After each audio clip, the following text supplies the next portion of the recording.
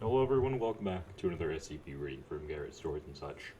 I know it's been a while, it's been a month. I really want to get my upload schedule a little bit better, but school just messes with things. Sometimes I go to a different house, sometimes I have school. It changes a lot, and it's just really weird for me. I'm thinking about trying to do 3 uploads a month. That doesn't seem like that much. I might try to do more, like maybe once a week or something, but I don't know. That would be 4 uploads a month. So I mean, it's a little bit more. I'm trying to upload more to get a little bit more content on my channel. When I look, there's only like 10 videos or so. So, yeah. Well, sorry about this intro, but let's get on into it. Item number SCP-3092, Object Class Euclid. Special Containment Procedures. SCP-3092 is to be contained in an empty room equipped with a single compatible power outlet. It is not to be plugged in or stocked with toys unless it's actively being tested.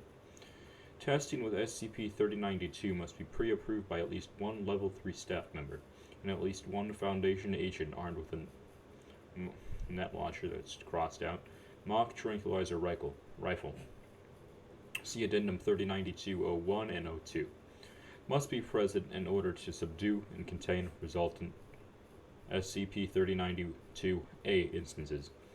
3092-A instances are to be contained individually in standard containment chemicals, modified with 2 additional locks, at least one of which should be biometrically operated in order to prevent further containment breaches. They are to be provided amenities in exchange for complying behavior, but none that could serve as tools or aids in an escape attempt. Should one or more SCP-3092-A instances successfully escape containment, a team of agents armed with mock tranquilizer rifles, see Addendum 3091 and 2, should sweep the site until they are recontained, and all personnel should be notified of the situation, be aware of their surroundings, and report any suspicious activity or 3092-A attacks immediately. No plush toys are permitted within 200 meters of any SCP-3092 instance outside of testing purposes. Description: SCP-3092 is a black ties toy brand arcade claw machine measuring 1.8 meters tall, 0.8 meters wide, and 0.9 meters deep, and weighing approximately 144 kilograms while unstocked. The machine's body and mechanical parts are all non-anomalous in nature, primarily composed of steel, plastic, and various electronics, all possessing wear and tear consistent with multiple years of regular usage. When provided power and coins of valid United States currency, 3092 may be operated as a standard for commercially available claw machines. Its anomalous properties only activate whenever the operator successfully picks up one or more plush toys with a claw and deposits them into SCP-3092's prize chute. At this point, the respective plush toys will immediately transform into instances of 3092-A. 3092-A instances are cotton-stuffed, felt plush gorillas, possessing no identifying tags or logos, sitting at roughly 0.3 meters tall and weighing 0.4 kilograms. They are sapient, communicative, and capable of sight, hearing, touch, and ambulation of all 4 limbs. Additionally, they possess notable manual dexterity despite seeming to lack distinct digits and relevant muscular structures. Outside of this, all instances are conventional plush toys lacking any biological components. SCP-3092-A instances are remarkably proficient in various activities related to guerrilla warfare. That, by the way, I forgot to mention this SCP is called guerrilla warfare. Self-explanatory after reading this. Well then, I guess my headphones are turning off soon. Such as stealth, weapon improvisation, trap setting, and the maintenance of usage of a variety of small arms. They also appear to possess ideologies crudely resembling various real and fictitious guerrilla rebel groups. They are capable of developing and staging complex plans individually or as a group, and regularly attempt to breach containment with limited success. However, thus far, all SCP-3092 activity appears to have been intended to annoy or inconvenience rather than cause legitimate damage to its targets. All weapons employed by 3092-A instances have been non-lethal in nature, causing only minor injuries. Opportunities to cause severe damage to Foundation assets, such as through arson or the containment breach of other SCP objects, have been ignored in favor of more superficial attacks. Attempts to question 3092-A instances of the subject have failed, with all instances insisting that their attacks are massively damaging with many casualties. Implements and tactics frequently used include slingshots, small catapults, trip hazards, crossed out, see Addendum 3092-3, graffiti, glitter bombs, and buckets or canisters of various liquids placed atop partially open doors. All 3092A instances created by 3092 have thus far possessed distinct personalities, beliefs, objects, and identities. However, when an instance of 3092 comes into physical contact with a non-anomalous plush toy, the plush toy will immediately be transformed into an identical instance of 3092A, with similar baseline personality, ideology, and behavioral patterns of the 3092A instance which created it. 3092A instances appear to be aware of this property, and will attempt to make use of it in order to boost numbers. Many instances will, after being created, attempt to re-enter 3092 in order to convert any applicable toys remaining inside.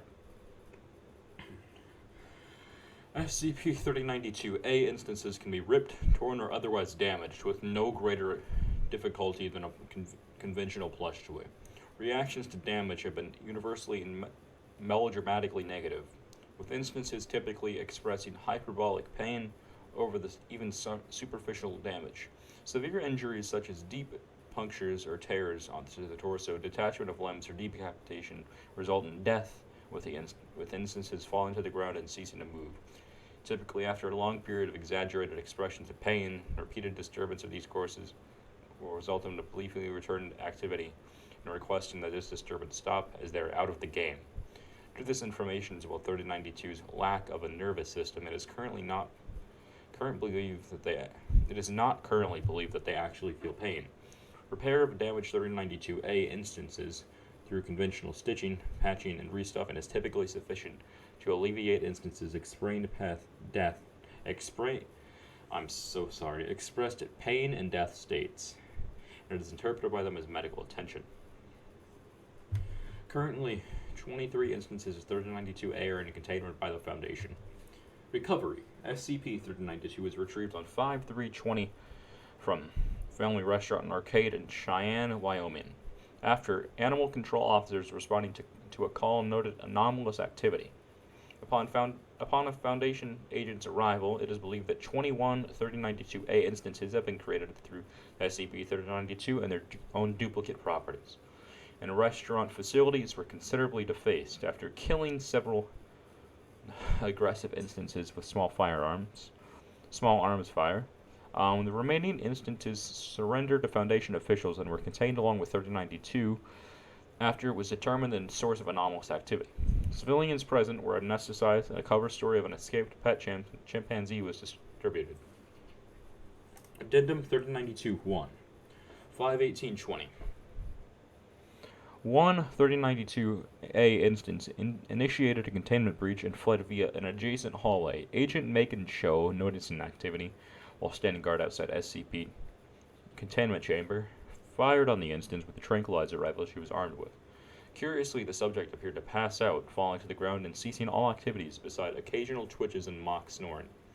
Subject was recontained without incidents and awoke several hours later. Due to the increased effectiveness and lowered risk over net launchers or firearms, it is recommended that Foundation agents use tranquilizer weapons in the recontainment of SCP-3092A instances in the future.